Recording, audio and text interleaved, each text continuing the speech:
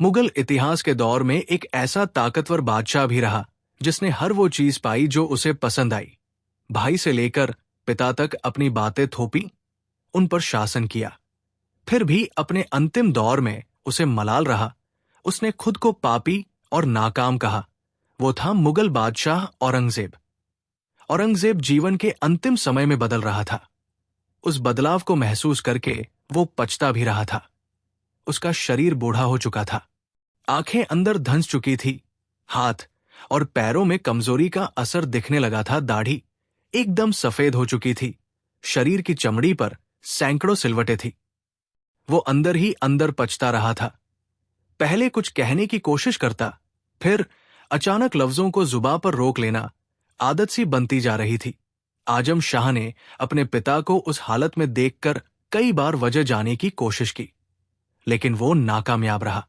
पिता की हालत को देखकर शहजादे के जहन में एक ही सवाल कौंध रहा था कि क्या ये वही बादशाह है जिन्होंने अपने दम पर इतनी सल्तनत खड़ी की। 15 करोड़ लोग इनके भरोसे रहे, पर आज ये इंसान खुद अपनी ही अंगूठी और कपड़े का बोझ नहीं उठा पा रहा।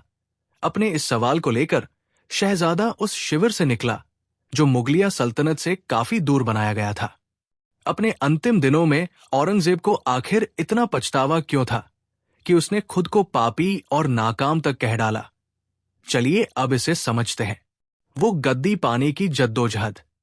औरंगजेब के पछतावे की शुरुआत उसके उस सपने से हुई जिसके लिए उसने अपने खून के रिश्तों को भी पीछे छोड़ दिया था। वो था हर हाल में गद्दी पर कब्जा करने का ख्वाब। जिस समय उसकी आंखें ये सपना देख रही थी, उस समय उसके पिता बादशाह शाहजहां दारा शिकोह को सम्राट बनाने की तैयारी कर रहे थे।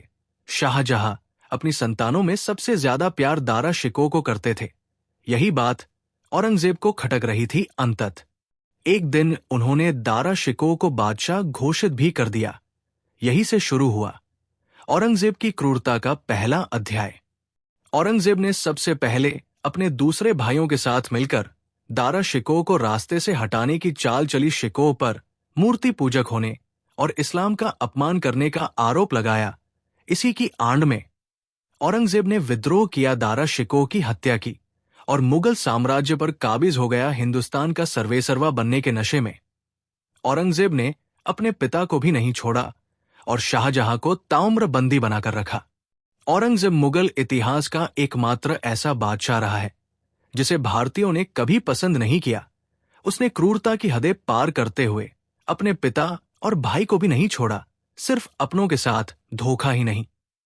औरंगजेब ने हिंदू मंदिरों को भी नहीं छोड़ा, मंदिरों में आतंक मचाया और लूट की।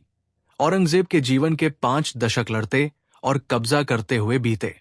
सिर्फ अल्लाह के लिए थी वफादारी। औरंगजेब अपने रिश्तों लिए भी कभी ईमानदार नहीं रहा, वो सिर्फ अल्लाह के प्रति वफादार था।